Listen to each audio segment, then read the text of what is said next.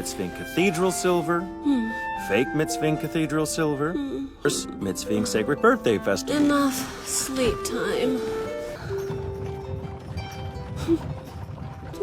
You might wind up meeting someone like her. Are you an insect? So what? A driver's box is far. Okay, it's not what it looks like. I'm not part of,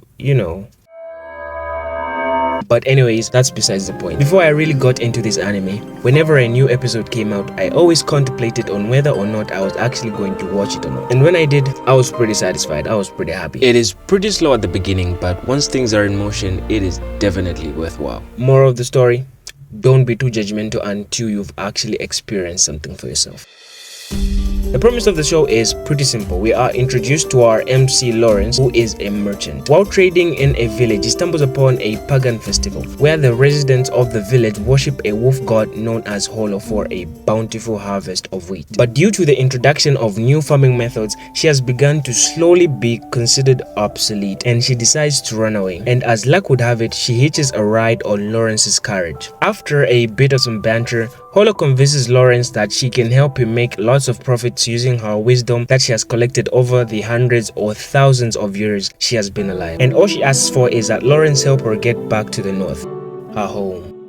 And that is where the journey begins. We follow these two as they move from town to town, trading and overcoming a lot of challenges that are thrown at them. Characters, mainly just Holo though. Holo is a master of scamming people. She's able to figure out simple tricks that merchants use to scam people, like making the table unbalanced to offset the scale using her enhanced senses of smell and hearing. And once she finds out, it does not end well for the scammer. And her wit is not only limited to other merchants, she has a tendency of seducing Lawrence when she wants something. And this happens quite a lot. I also think they did a great job in making Holo mysterious, because sometimes I honestly cannot tell what she's thinking. But the reason I love her character so much is that at the beginning she seems like a light-hearted and cheerful person. But the longer I watched the anime, the more I realized she has lived for over 100 to 1,000 years, forming bonds and relationships only for her to be alone all over again. That alone is enough to give you an idea of what it truly feels like to live forever. This part of the plot kind of reminded me of Frieren. Both her and Holo are burdened with the gift of a longer lifespan compared to that of humans. The key difference is that Holo cared way too much and Frieren kind of didn't, well, at least at the beginning. The banter between two smart people is just wholesome. Seeing them go back and forth is just the best thing ever. The pacing was done perfectly. They move around from town to town very frequently, preventing the show from ever becoming stale. The color palette and chill atmosphere fits the medieval time period the anime was taking place in very well. Kind of reminded me of Vinland Saga a bit. Alright, moment of truth. But am I the only one who wants to pet her tail when I see it wiggling like that?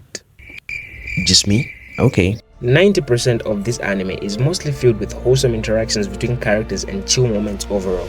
The 10% left is where they decide to change the pace and add a little bit of action, which is something we also see in Frieren. This might be the golden formula for making a great anime. True as that may be, it does have quite a lot of dialogue, so if that's not your thing, then I wouldn't probably recommend this one. Also, seeing Holo getting jealous is kind of refreshing for once, because 90% of the time she's the one teasing Lawrence and making him jealous. The music is simple, yet it still works. You know what they say, don't try to fix something that isn't broken. This is not necessarily something I didn't like, but I found very odd. So can somebody please explain to me why whenever somebody finds out Holo is a wolf incarnate, they are so chill about it? At the beginning they're like, Oh shit! Oh shit! it's a fucking wolf incarnate, and then 2 seconds later they decide to do a complete 180 and are like, meh, she's just a wolf incarnate, it's not that big of a deal. When I rewatched the anime in dub, I figured out that the sub has a Japanese version of the OP and the dub also has an English version of the OP. I usually don't watch anime in both sub and dub, so tell me if I sound stupid, and this is not out of the ordinary.